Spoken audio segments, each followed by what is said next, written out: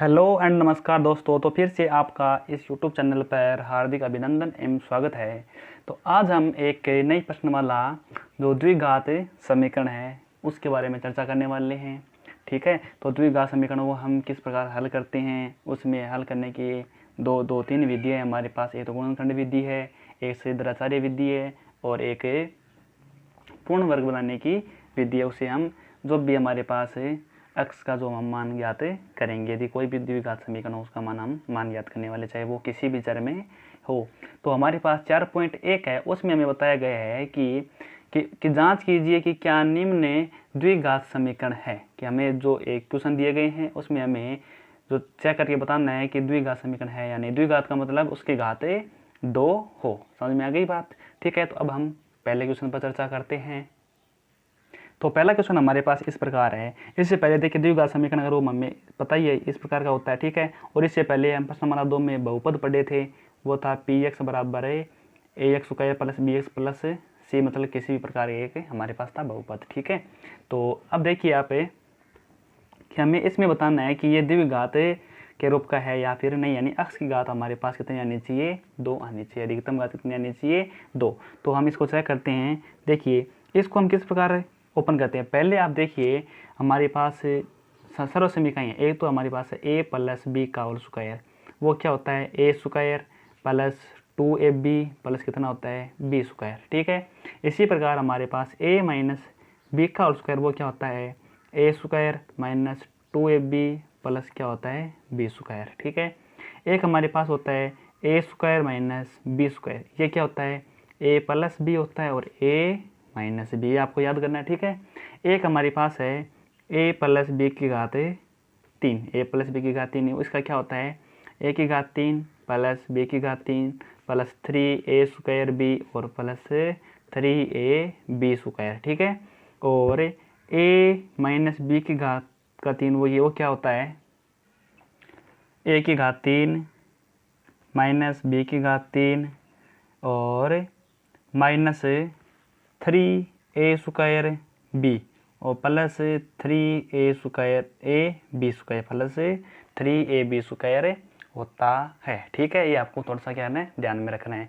इसको हम इस प्रकार भी लिख सकते हैं जैसे कि a की घात 3 माइनस b की घात 3 माइनस, इसमें कॉमन क्या आ रहा है, यदि हम माइनस कॉमन ले तो हमारे पास क्या बचेगा 3 आ रहा है, a आ रहा है और b आ रहा है 3ab, और यहाँ पर क्या बचने वाला है a, यहाँ पर माइनस और यहाँ पर क्या बचेगा 20, तो a माइनस है। इसको हम इस प्रकार भी लिख सकते हैं। ठीक है, तो अब यहाँ पर चर्चा देखिए, यहाँ पर करते हैं चर्चा। x प्लस 1 का स्क्वायर हम किस प्रकार करेंगे, यहाँ पर x का स्क्वायर प्लस 1 का स्क्वायर 1 होता है प्लस 2ab, यानी हम 2 रखेंगे। x a का मान x है तो हम क्या रखेंगे 2x, और एक हमारे पास एक को इससे गुणा करने इतना आने वाला है। इसको अंदर गुणा कीजिए 2x कितना होगा -2, कितना होगा -2। अब इसको देखिए कि 2x तो कैंसिल हो जाएगा और हमारे पास क्या बचेगा x स्क्वायर है। इसको इधर लेके आए तो हमारे पास कितने होने वाला है 3 और बराबर होगा 0। तो देखिए ये इसकी घात 2 है ना, तो अब इसको हम कह सकते हैं इससे द्विघात समीकरण है। ठीक है, इस प्रकार जो अगला क्वेश्चन है वो देखिए, अगला क्वेश्चन हमारे पास है। तो अगला क्वेश्चन इस प्रकार का है देखिए कि x स्क्वायर, यहाँ पर आपको कुछ गड़बड़ नहीं लग रहा ना, यहाँ लग रहा है। देखो x माइनस यहाँ पर क्या है 3 है, कितना है 3 है, तो हम यहाँ क्या करते हैं 3 दूनी कितना होता है 6 होता है, यहाँ पे कितना हो जाएगा 6, और 6 इधर जाएगा तो प्लस में होने वाला, तो यहाँ पे कितना हो जाएगा 7, कितना होएगा 7। ठीक है, ये थोड़ा सा मिस्टेक हो गया। अब देखिए x स्क्वायर माइनस 2x बराबर, इसको अंदर गुणा कीजिए माइनस का 6 और माइनस माइनस कितना हो जाएगा प्लस 2 को x से गुणा किया तो 2x। ठीक है, तो आप देखिए x स्क्वायर ए माइनस का 2x है, इधर आएगा माइनस का 2x, ये माइनस का 2x तो माइनस का कितना हो जाएगा 4x है, और इधर आएगा तो कितना हो जाएगा 6 बराबर हो जाएगा 0। तो ये भी A X square plus B X plus C के रूप का है, मतलब x की जो अधिकतम घात कितनी है 2 है, तो हम कह देंगे कि जो ये द्विघात समीकरण है, ये द्विघात समीकरण है। ठीक है, अब अगला क्वेश्चन है। तो यहाँ पर देखिए यहाँ पे कि अब इनको आपस में क्या करना, हमें गुणा कराना है। क्या करना है, हमें को गुणा करना है। देखिए कि यदि अब x का पहले हम इसके साथ गुणा करेंगे तो हम यहाँ पर लिख देंगे x प्लस इनके साथ गुणा। ठीक है, फिर हम माइनस -2, कि यहाँ पे कितना -2 का गुणा x + 1 से करेंगे। ठीक है, तो इन दोनों का इसके साथ गुणा हो गया। फिर इसी प्रकार हम इसका गुणा इससे करेंगे तो x से और x + 3, फिर -1 है, इसका गुणा हम x + 3 से करेंगे। ठीक है, मैं सीधा भी कर सकता, लेकिन जो कमज़ोर बच्चा है वो इसको इस प्रकार सीख सकता है। तो देखिए x को x से गुणा करेंगे, हमारे पास कितना आएगा x², और x को x1 से गुणा किया जाएगा तो x आएगा।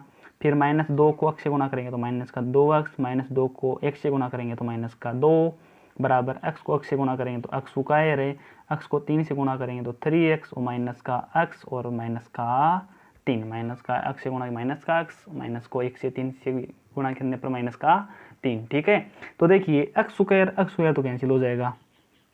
ठीक है, इसी प्रकार आप देखिए तो यहाँ पर क्या बचने वाला है। अब आप सीधा देख के बता सकते हैं कि जो ये क्या है कि इसके अंदर किसी में भी 2 घात नहीं है, x की अधिकतम घात 2 नहीं है, यानी 1 है, तो ये वो क्या है कि द्विघात समीकरण नहीं है। समझ में आ गई बात है। तो आपको हाँ ना में जवाब है पहुँचना तो आप बता सकते हैं।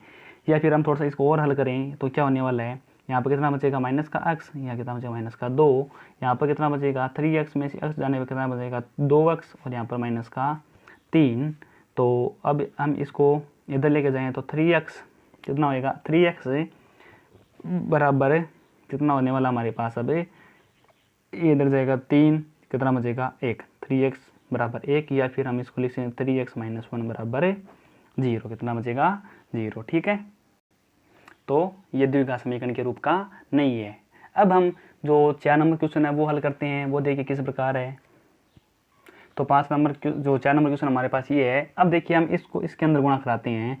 तो देखिए x और 2x + 1, ठीक है, फिर -3 का गुणा हम करेंगे 2x + 1 से, उसके बाद हम ये x और x + 5 इस प्रकार लिख देते हैं। ठीक है, अब देखिए x को 2x से गुणा करेंगे तो हमारे पास कितना आएगा 2x², और x को 1 से गुणा करेंगे तो x -3 को 2x से गुणा करेंगे तो 6x, -3 को 1 से गुणा करेंगे तो -3 बराबर x² प्लस कितना आएगा हमारे पास 5x। अब आप देखिए कि 2x² है और 2x², इसको x² उधर लेके आए तो -x² आएगा। ठीक है, अब यहाँ पर आप देखिए कि यहाँ पर कितना बचने वाला है, 6x में से हम x घटाएंगे तो हमारा कितना -5x, और -5x तो ये है, और -5x हमारे पास ये आ जाएगा, और उसके बाद -3 हमारे पास ये है, तो -3 हम यहाँ पर लिख देते बराबर कितना है 0। अब देखिए इन दोनों को हल करें तो हमारे पास बचेगा x², है, इन दोनों को हल करेंगे तो हमारे पास होगा 10x और -3 बराबर 0। तो ये हमारे पास x की घात अधिकतम कितनी यहाँ पर 2 है, तो हम कह सकते हैं ये द्विघात समीकरण है, द्विघात समीकरण है। ठीक है, अब देखिए हम 5 नंबर क्वेश्चन करते हैं। 5 नंबर क्वेश्चन हमारे पास है कि हमारे इस प्रकार का है। ठीक है, तो अब देखिए अब हम क्या करते हैं, पहले 2x का गुणा इसके साथ करते हैं, फिर -1 का इसके साथ करेंगे। तो हम यहाँ पर लिखते हैं 2x का गुणा x - 3 के साथ करेंगे, फिर हम -1 का गुणा x - 3 के साथ करेंगे।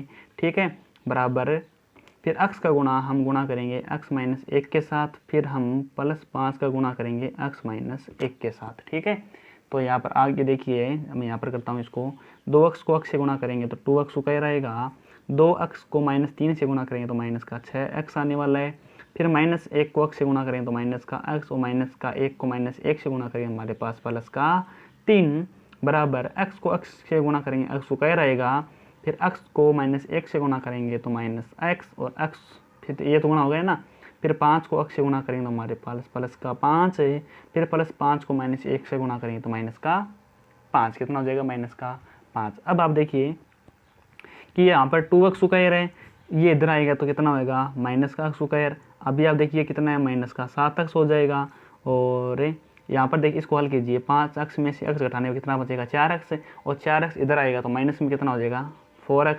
यहाँ पर देखिए +3 है, और ये माइनस का इधर आएगा तो हमारे पास कितना हो जाएगा 5 बराबर बचेगा हमारे पास 0। इसको देखिए यहाँ पर कितना बचेगा x² है, और 7x और 4x कितना हो जाता है 11x, और ये कितना हो जाएगा +8 बराबर 0। तो ये भी एक द्विघात समीकरण है। ठीक है, अगला क्वेश्चन देखिए। अगला क्वेश्चन हमारे पास इस प्रकार का है। तो देखिए पहले तो हम इसको यहाँ से लिख देते हैं x² प्लस 3x प्लस 1, हम जांच कर रहे हैं, ठीक है ना। अब देखो a माइनस बी का होल स्क्वायर है, अब यहाँ पर लगाते हैं तो a² मतलब x का स्क्वायर माइनस यानी प्लस b स्क्वायर मतलब 2 का स्क्वायर कितना हो जाएगा 4, ठीक है। फिर माइनस का हम चिन्ह लगाते हैं, फिर हम क्या करते हैं, 2 तो सूत्र का होता है 2ab हम लिखते हैं इस प्रकार, 2 तो सूत्र का होता है, a का मान यहाँ पर कितना है x, तो यहाँ पर रखेंगे x, b का मान कितना है 2, तो यहाँ पर रखेंगे 2, कितना रखेंगे 2, तो कितना हो जाएगा 4x, कितना हो जाएगा हमारे पास 4x। तो अब आप देखिए x² और x² तो हो जाएगा हमारे पास कैंसिल, तो ये 4x इधर आएगा तो हमारे पास कितना हो जाएगा 7x, ठीक है। और ये 1 है और 4 इधर आएगा तो माइनस का हमारे पास कितना बचेगा 3, यानी 1 माइनस 4 होगा तो माइनस का 3 बचेगा, तो माइनस का 3 बराबर होगा 0, जो कि द्विघात समीकरण नहीं है। तो हम यहाँ को इसको द्विघात समीकरण नहीं मानेंगे। अब देखिए 7 नंबर क्वेश्चन हमारे पास है कि x प्लस 2 की घात 3, x प्लस 2 की घात 3 और बराबर है हमारे पास 2x और x² माइनस 1, x² माइनस 1, इसको हम हल करते हैं। तो अब देखिए a प्लस बी की घात 3 हम देखते हैं, हमारे पास क्या है कि हम लिखते हैं ना a प्लस बी की घात का 3 का सूत्र हमारे पास है a की घात 3 प्लस b की घात 3 प्लस 3a² प्लस 3ab², ठीक है। और माइनस में क्या होता है, यहाँ पर माइनस आएगा, यहाँ पर माइनस और यहाँ पर क्या था प्लस, समझ में आ गई बात। अब देखिए तो हम इसको ओपन करते हैं, पहले a की घात 3 तो हम यहाँ पर लिखते हैं x की घात 3, ठीक है, और 2 की घात 3 मतलब कितना होता है 8, फिर हमारे पास है 3 और a² का मान मतलब x² रखेंगे यहाँ पर 3x², b का मान कितना है 2, तो 2 3 6, x² कितना हो जाएगा 6x², ठीक है। उसके बाद है 3 सूत्र का है, a का मान x है, b का मान 2 का स्क्वायर मतलब 4, कितना होता है 4, तो 4 3 12x, क्या कितना हो जाएगा 12x। फिर देखिए बराबर है 2x को x² से गुणा करेंगे तो हमारे पास 2x की घात कितना आएगा 3, 2x को -1 से गुणा करेंगे तो माइनस का 2x। अब आप देखिए कि x की घात 3 है और यहाँ पर भी x की घात 3 है, तो x की घात 3 माइनस 2x की घात 3, ठीक है। उसके बाद देखिए यहाँ पर 6x² है, कितना है 6x² लिखते हैं, ठीक है। उसके बाद देखिए यहाँ 12x है और ये इधर आएगा तो कितना हो जाएगा 14x, कितना हो जाएगा 14x, ठीक है। और बाद में कितना हमारे पास प्लस का 8 बराबर कितना है 0। तो अब यहाँ पर आप देख के बता सकते हैं कि x की अधिकतम घात कितनी है, x की अधिकतम घात हमारे पास 3 है, तो ये द्विघात समीकरण नहीं है। यदि x की घात अधिकतम 2 होती है तब हम बताते हैं कि ये द्विघात समीकरण है, ठीक है। अब अगला क्वेश्चन 8 नंबर क्वेश्चन वो करते हैं।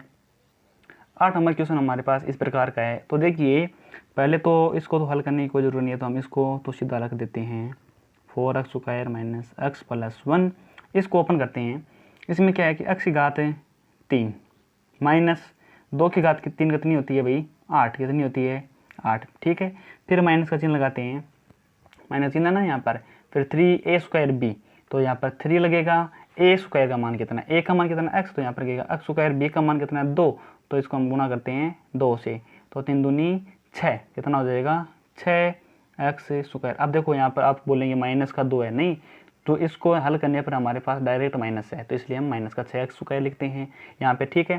फिर हमारे पास है प्लस कितना है 3ab², तो 3 तो है ही, a का मान कितना हमारे पास यहाँ पर x है, यहाँ पर x, b का मान कितना हमारे पास 2 है, कितना है 2, तो 3 दूनी कितना हो जाता है 2, नहीं 2 का स्क्वायर होता है ना 4, तो यहाँ पर देख दे 4 4 3 12x, कितना रखेंगे अपन यहाँ पर 12x। अब देखिए कि x की घात 3 यहाँ से क्या हो जाता है कैंसिल हो जाता है। फिर आप देखिए कि यहाँ पर तो है माइनस का 4x², यहाँ पर है 6, ये इधर आएगा तो कितना हो जाएगा प्लस का 6x², प्लस का 6x² में से 4x² घटाए तो कितना बचेगा 2x², इसका काम, इसका तो काम हो गया। फिर है कि 12 इधर आएगा तो कितना हो जाएगा माइनस का 12 माइनस का 12 माइनस का कितना हो जाएगा माइनस का 13, तो इसका भी काम हो गया, ठीक है। उसके बाद 1 है और माइनस का 8, माइनस का 8 इधर आएगा तो माइनस का कितना हो जाएगा, प्लस का कितना हो जाएगा 8 हो जाएगा, तो प्लस का 1 और प्लस का 8 कितना हो जाता है प्लस का 9, और बराबर कितना हमारे पास कितना बचेगा 0। तो आप बताइए कि ये द्विघात समीकरण है या नहीं। तो यहाँ देखिए x की घात अधिकतम घात कितनी है 2, तो हम यहाँ पर कहेंगे कि ये द्विघात समीकरण है। ठीक है, अब हम जो क्वेश्चन नंबर 2 है उसको हल करते हैं। क्वेश्चन नंबर 2 हमारे पास ये है कि निम्न स्थितियों को द्विघात समीकरणों के रूप में निरूपित कीजिए। जो भी हमारे पास जो स्थिति दी गई है उनको हमें द्विघात के रूप में, जो द्विघात समीकरण उसके रूप में लिखनी है। कि एक आयताकार भूखंड का क्षेत्रफल हमारे पास है 528 मीटर स्क्वायर है। ठीक है, और क्षेत्र की जो लंबाई मीटरों में हमें जो ज्ञात करनी है कि लंबाई चौड़ाई के दोगुने से एक अधिक है। अब हमें लंबाई बताई नहीं गई तो हमें लंबाई माननी पड़ेगी, ना ही हमें चौड़ाई बताई गई है तो हमें चौड़ाई भी माननी पड़ेगी। ठीक है, तो हमें भूखंड की लंबाई और चौड़ाई ज्ञात करनी है। तो हम देखते हैं, तो हम यहाँ पर मान लेते हैं कि माना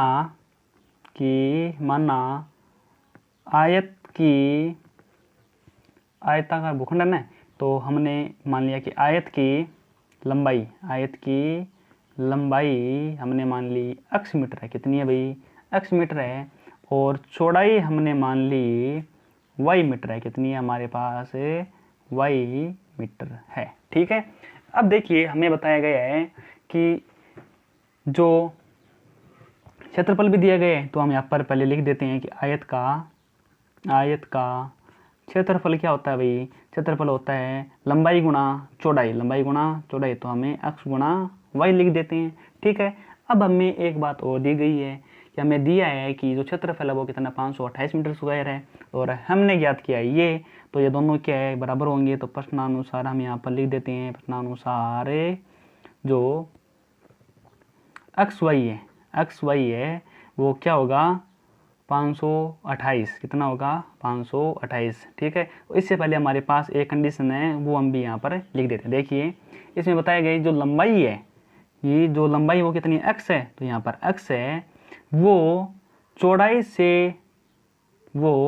चौड़ाई के 2 गुने से 1 अधिक है। चौड़ाई कितनी है? y है, इसके 2 गुने से कितनी है? 1 अधिक है। तो हम इसको इस प्रकार लिखेंगे। ठीक है, हमें भूखंड की लंबाई और चौड़ाई ज्ञात करनी है। तो अब देखिए हमारे पास लंबाई तो कितनी आई है भाई? x बराबर इतना आया है, और चौड़ाई हमारे पास कितनी है? y है। हमारे पास कितनी है? y।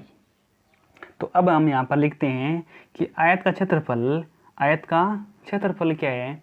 तो हमें जो समीकरण के रूप में दर्शाना है। ठीक है ना, तो आयत का क्षेत्रफल ये है, तो हम यहाँ पर लगा देते हैं कि चूंकि आयत का क्षेत्रफल वो क्या है? लंबाई गुणा चौड़ाई है। तो आयत का क्षेत्रफल तो हमारे पास है 528 दिया हुआ है। लंबाई हमारे पास हमने ज्ञात की, हमें जो कंडीशन बताई गई उसकी तरफ से जो लंबाई है वो है हमारी 2y + 1। कितनी हमारी? 2y + 1। और चौड़ाई हमारी कितनी है? y है। चौड़ाई हमारी कितनी है? y। ठीक है, तो हम इसको किस प्रकार लिख देते हैं? तो 528 इधर लिख देंगे, वो इधर लिख देंगे। ठीक है, एक ही बात है। तो 2y को y से गुणा किया जाएगा तो 2y स्क्वायर होगा। ठीक है, उसके बाद हमारे पास क्या है? y को 1 से गुणा करेंगे तो y होगा, और बराबर में कितना है? 528 है। तो हम इसको इधर लिखेंगे तो हमारे पास कितना हो जाएगा? -528 बराबर कितना हो जाएगा? 0, जो कि एक द्विघात समीकरण के रूप में है। ठीक, हमें इसी प्रकार याद करना है। या फिर आप इसको ऐसे भी मान सकते हैं, जैसे कि लंबाई को x मान लिया, और जो है वो चौड़ाई से कितनी है भाई? 2 गुने से कितनी है? 1 अधिक है।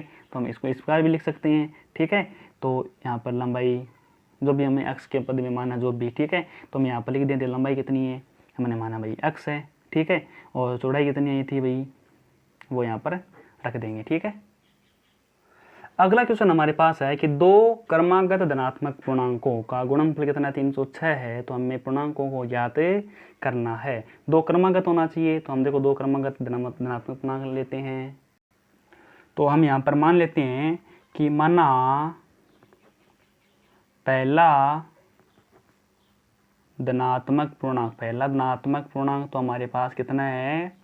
x है, और दूसरा मतलब है धनात्मक पूर्णांक हमारे पास x + 1 है। यदि इकावली लिखते हैं जैसे हम पहले 1 उसके बाद 2 है ना, इसी प्रकार है। यदि हमारा पहला धनात्मक पूर्णांक x है तो उसके बाद दूसरा कितना है? x + 1 है। ठीक है, इसी प्रकार इसमें होता है, जैसे पहला 1 है तो उसके बाद कितना होगा? 1, तो कितना हो जाएगा? 2। इसी प्रकार ये 2 है। ठीक है, तो अब देखिए, तो उसमें हमें बताया गया है कि इनका जो गुणनफल है वो कितना है? 306 है। कितना है? 306। तो हम यहाँ पर लिखते हैं प्रश्नानुसार। क्या लिखते हैं? प्रश्नानुसार कि x गुणा x प्लस 1 का जो मान है वो कितना है 306। कितना है 306। तो हम इसको हल करके लिख देते हैं एक्स स्क्वायर प्लस कितना होता है x, इसको हम इधर लेके आए तो माइनस का 306 बराबर 0, जो कि एक द्विघात समीकरण के रूप का है। ठीक है, अब हम अगला क्वेश्चन 3 नंबर क्वेश्चन करते हैं।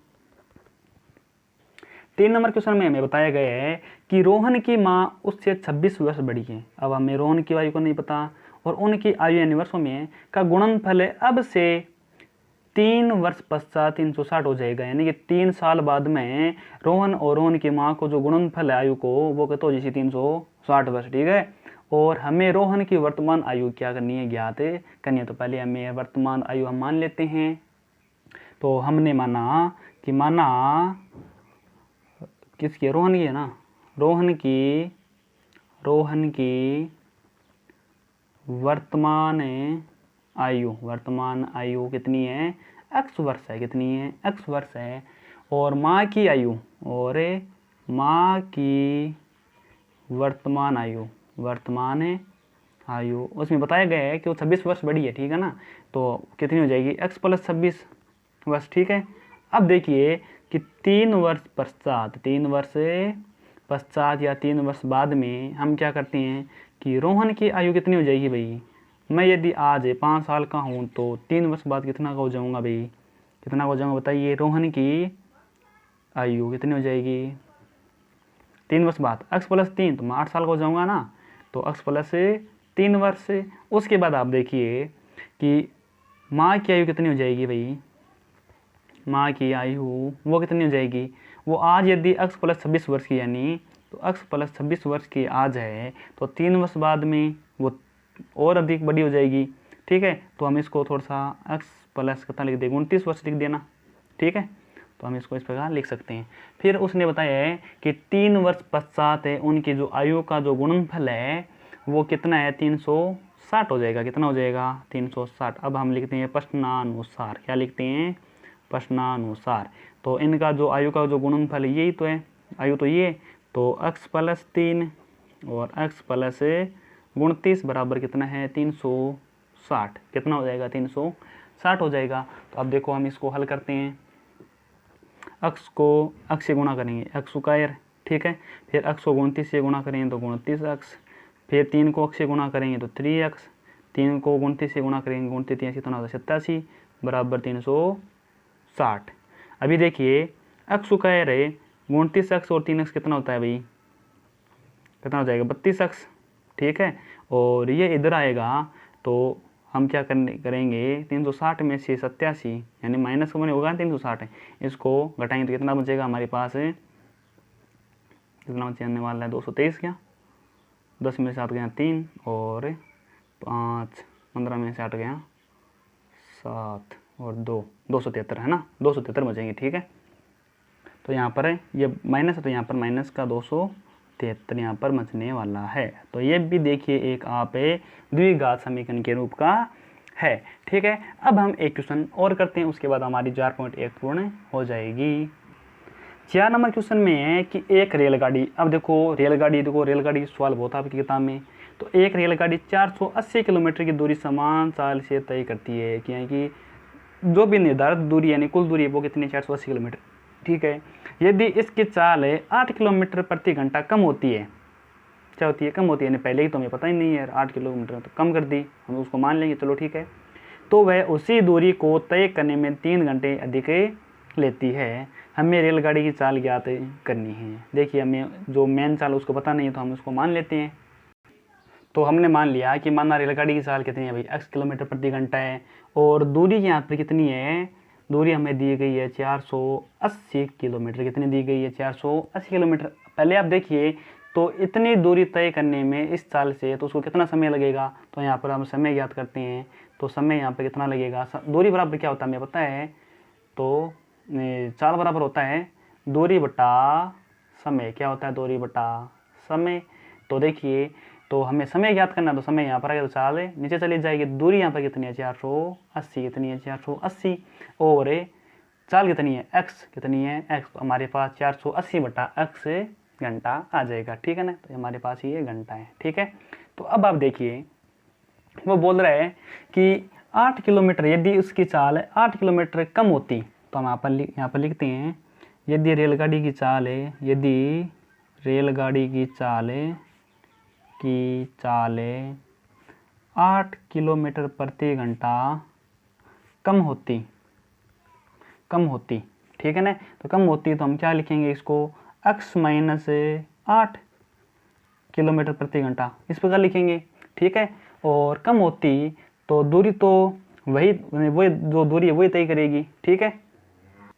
तो यहाँ पर हम दूरी कितनी है, अब दूरी है यहाँ पर 480 किलोमीटर, दूरी तो वही है। उसी दूरी को यदि हम उसकी जो चाल है वो यदि 8 किलोमीटर प्रति घंटा कम कर दी जाए तो वो कितनी होगी, ठीक है। तो अब देखो यहाँ पर हम समय कितना लेगी भाई, यदि इतना समय, यदि इतनी चाल कम कर दी जाए तो समय कितना लेगी, दूरी तो यही रहने वाली है। तो चाल कितनी है, x माइनस 8, यहाँ पर लिखेंगे हम x माइनस 8 घंटा, कितना 8 घंटा। अब प्रश्न ने बताया है कि 8 किलोमीटर प्रति घंटा यदि कम कर दी जाए तो वह 3 घंटे अधिक लेती है। कितने घंटे, 3 घंटे अधिक लेती है। अब आपको एक बात पता होनी चाहिए कि यदि हम चाल बढ़ाते हैं तो क्या होता है, समय कम होता है। क्या होता है, समय कम होता है। यदि या फिर समय बढ़ाते हैं तो चाल क्या होती है, कम होती है। चाल क्या होती है, कम होती है, ठीक है। अब आप देखिए कि चाल कम हो गई तो समय क्या हो गया, बढ़ गया। तो मतलब ये समय तो क्या हुआ, ज़्यादा, यानी चाल कम हुई है तो समय क्या है, बढ़ा है। और यहाँ पर क्या है कि समय कम है तो चाल क्या है, बढ़ी है। समय कम है तो चाल क्या है, बढ़ी है, ठीक है। तो अब आप देखिए कि यहाँ पर चाल कम हुई है तो समय ज़्यादा ये हुआ, समय ज़्यादा कौन सा हुआ, ये हुआ, ठीक है। तो और कम ये हुआ, और अधिक कितना लगता है, 3 घंटा अधिक है। तो यहाँ पर लिख देते हैं प्रश्नानुसार किस प्रकार लिखते हैं कि 480 बटा x माइनस 8 है।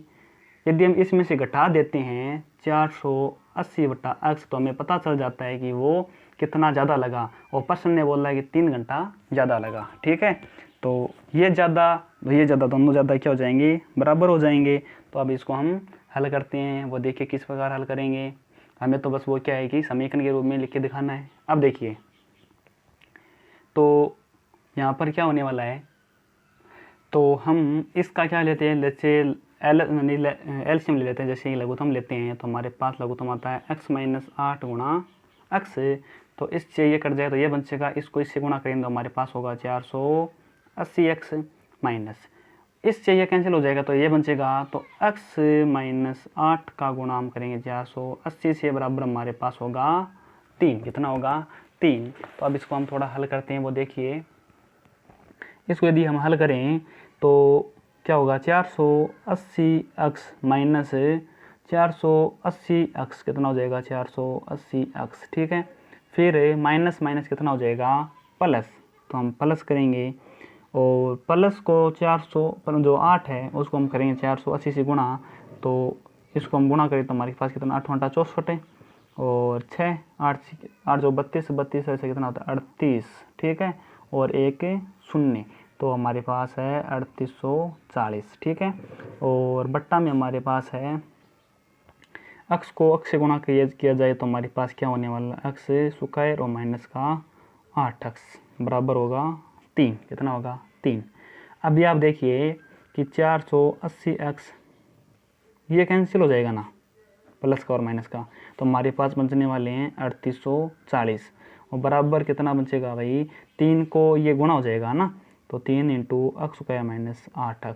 तो इसको देखिए हमारे पास 3840 बराबर है 3x स्क्वायर माइनस 8 3 24x, कितना 24x। तो इसको हम इस प्रकार लिख सकते हैं 3x square minus 24x minus 3840 बराबर 0।